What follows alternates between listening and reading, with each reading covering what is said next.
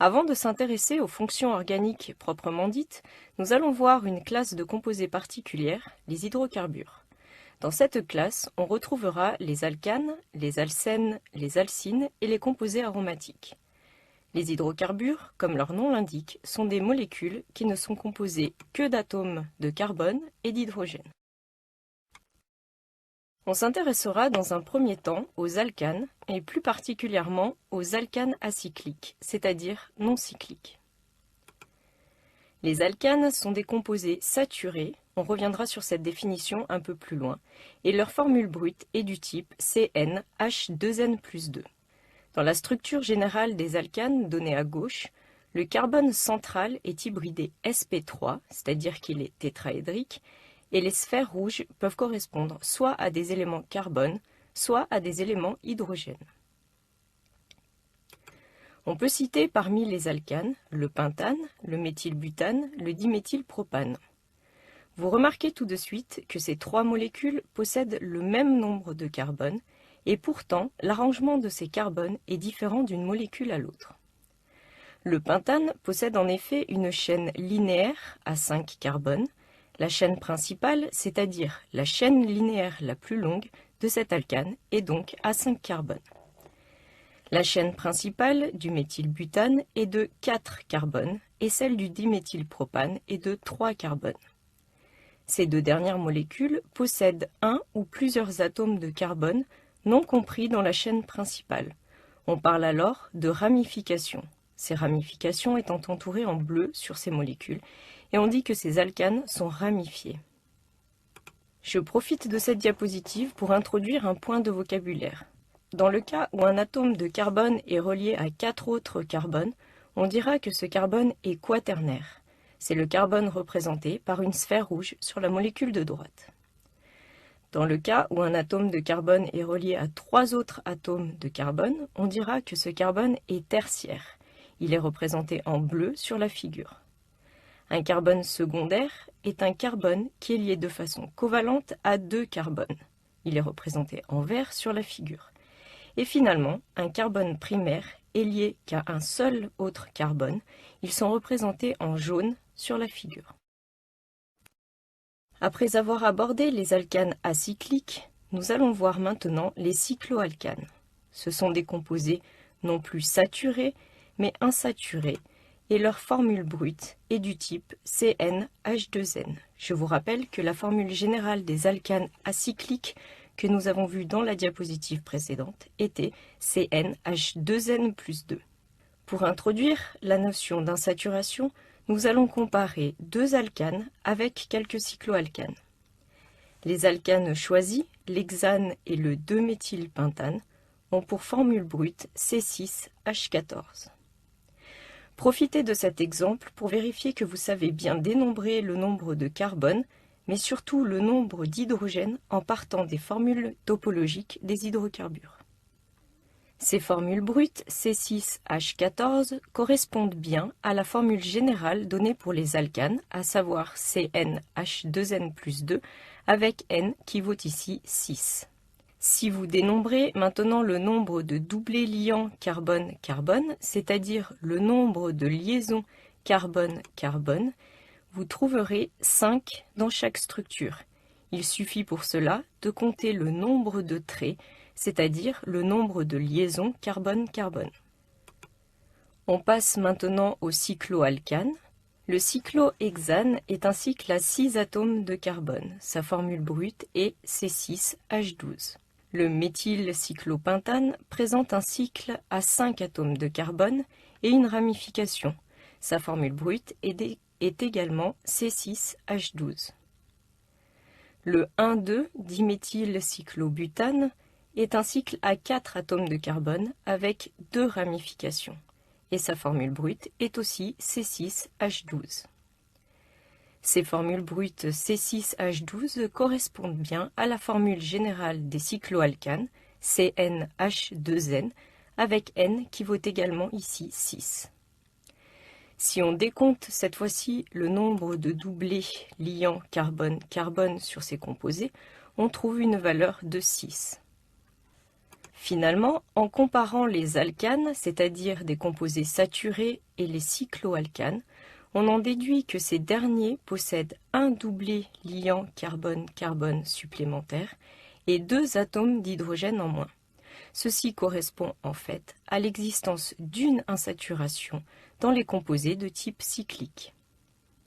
Si on devait maintenant donner une définition à l'insaturation, on dirait qu'elle correspond au nombre de doublets sigma ou pi, hormis les liaisons carbone-hydrogène, que comporte l'hydrocarbure étudié, en plus par rapport à son homologue alcane. À chaque insaturation correspond un manque de 2 atomes d'hydrogène.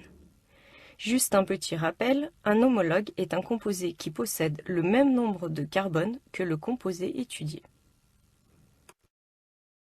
Les alcènes, tout comme les alcanes, font partie des composés hydrocarbonés, également appelés hydrocarbures.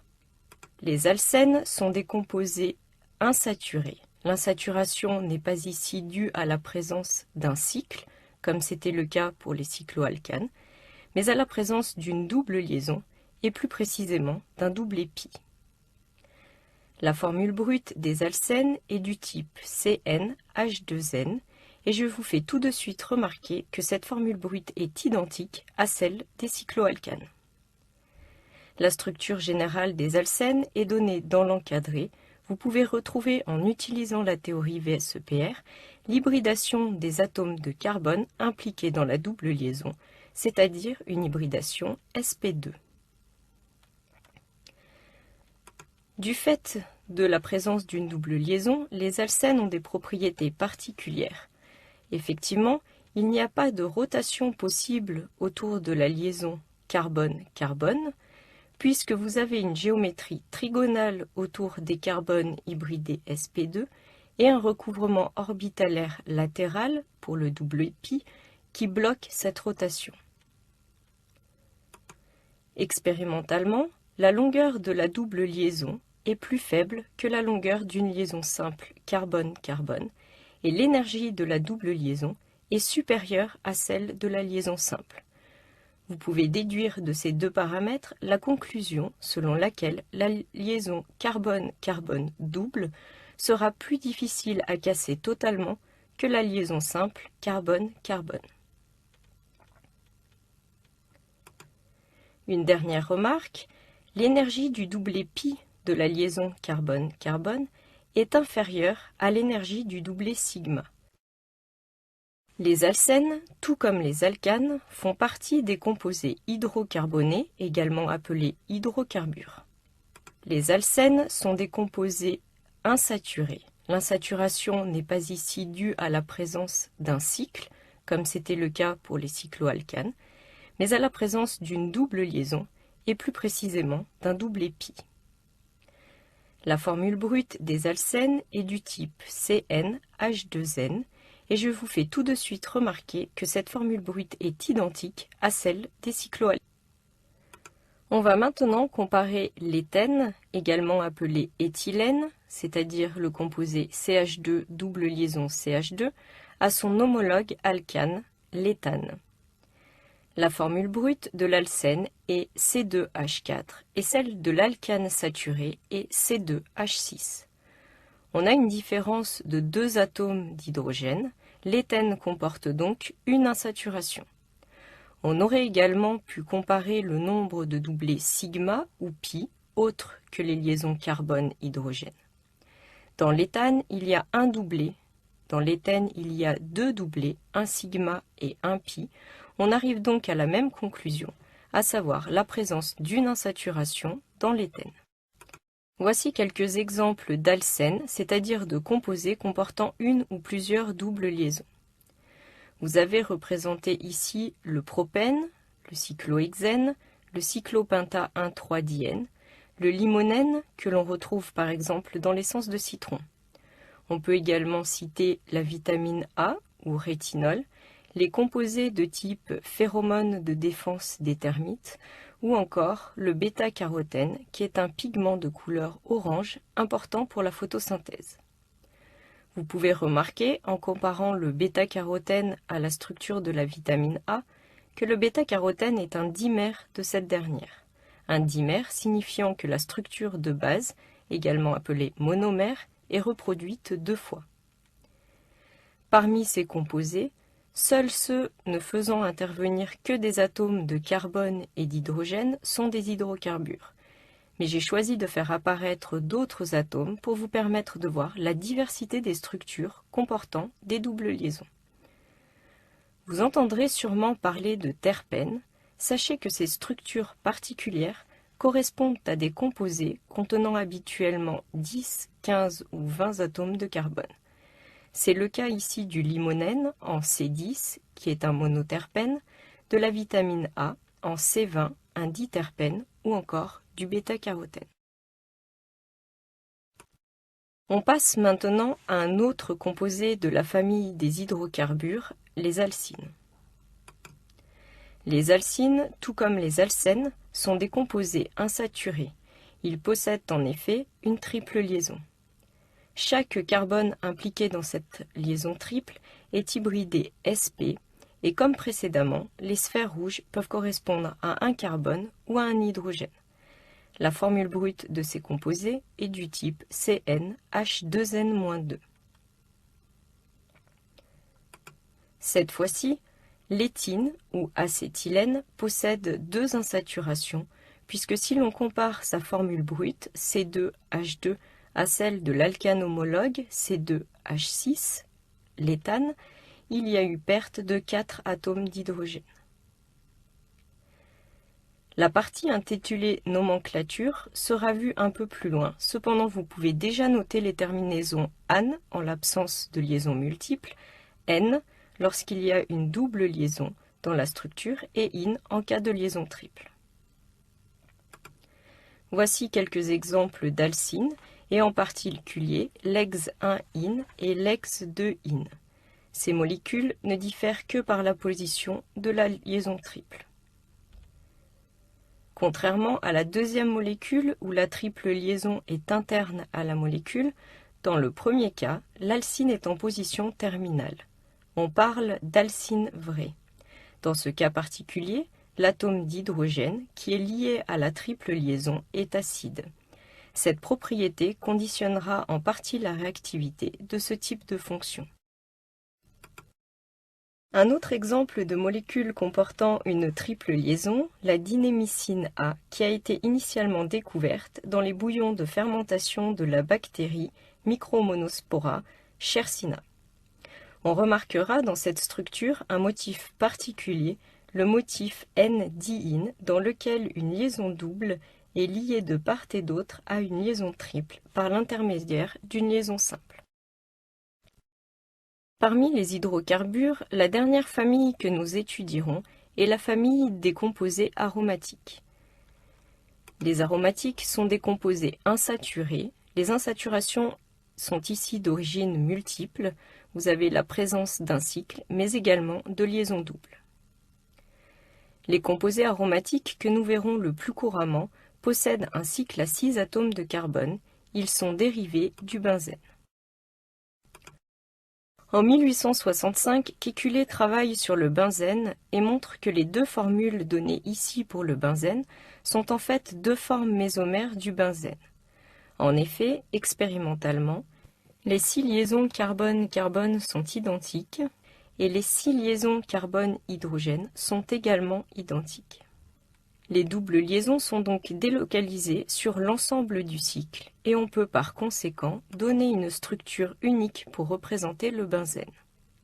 Cette molécule possède 6 atomes de carbone reliés chacun à un seul atome d'hydrogène pour respecter la tétravalence du carbone. La formule brute du benzène est donc C6H6. Pour connaître le nombre d'insaturations du benzène, on va comparer sa formule brute à celle de l'alcane homologue correspondant, soit C6H14. La différence entre ces 2 formules brutes correspond à la perte de 8 atomes d'hydrogène pour le benzène. Le benzène comporte donc 4 insaturations, une insaturation liée à la présence d'un cycle et 3 insaturations liées à la présence des 3 doubles liaisons, c'est-à-dire 3 doubles épis. Voici quelques exemples de composés aromatiques dérivés du benzène. Comme précédemment, je vous donne des exemples plus variés en sortant de la classe des hydrocarbures, c'est-à-dire en introduisant d'autres éléments que les atomes de carbone ou d'hydrogène. Le toluène est un solvant couramment utilisé en synthèse, notamment depuis l'interdiction de l'utilisation du benzène qui est reconnu comme cancérogène. Le phénol est un intermédiaire important pour de nombreuses synthèses de produits pharmaceutiques, par exemple. Le benzaldéhyde est notamment contenu dans l'essence d'amandes amères ou encore dans certains fruits, comme les raisins ou les fraises. Le dernier exemple est le nitrobenzène, qui est également un intermédiaire de synthèse important. Pour repérer la position des substituants sur les noyaux benzéniques, on utilise une nomenclature particulière, soit X, un substituant sur le benzène. On dira qu'un deuxième substituant se trouve en position ortho par rapport à X s'il est sur une des deux positions indiquées sur la figure, c'est-à-dire sur le carbone voisin du carbone portant le substituant X. Si le substituant est un cran plus loin, on dira qu'il est en position méta par rapport à X. Et enfin, s'il est en face de X sur le cycle, on dira qu'il est en position para. Notez que le cycle étant symétrique, on retrouve les mêmes positions à droite et à gauche du cycle. Ainsi, dans ces exemples, la première molécule pourra être nommée indifféremment para-hydroxytoluène ou 4-hydroxytoluène, puisque le terme para, noté ici P en italique, correspond à la même position que celle notée 4 sur la figure.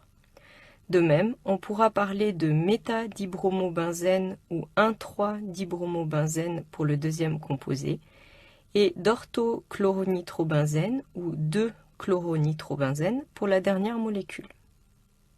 Je vous ai dit au début de cette partie sur les composés aromatiques que les dérivés du benzène, c'est-à-dire les composés aromatiques avec un cycle à 6 atomes de carbone, étaient les plus courants. Cependant, ce ne sont pas les seuls composés aromatiques. Pour qu'un composé soit dit aromatique, il faut en fait qu'il respecte les règles de Huckel, c'est-à-dire qu'il comporte un cycle plan avec recouvrement latéral des orbitales atomiques voisines et qu'il soit composé de 4n plus 2 avec n entier supérieur ou égal à 0 électrons délocalisés. C'est le cas par exemple du 14-anulène qui possède 14 électrons, 2 électrons pour chaque doublet pi, soit 4 fois 3 plus 2 électrons délocalisés, ou encore pour le cation cyclopropényle avec 2 électrons délocalisés, dans ce cas n vaut donc 0, ou encore le cation cycloheptatriényle et l'anion cyclopentadiényle. Pensez dans ce dernier cas à prendre en compte les électrons du doublet non liant présents sur le carbone chargé négativement pour le décompte des électrons délocalisés. Cette molécule comporte donc 4 électrons pi plus 2 électrons du doublet non liant, donc 4 fois 1 plus 2 électrons délocalisés. Remarquez que le cyclobutadiène et le cyclooctatétraène ne respectent pas la règle des électrons délocalisés parmi les deux règles de Huckel, puisque vous avez 4 électrons délocalisés pour le cyclobutadiène et 8 électrons pour le cyclooctatétraène. Ils ne sont donc pas aromatiques.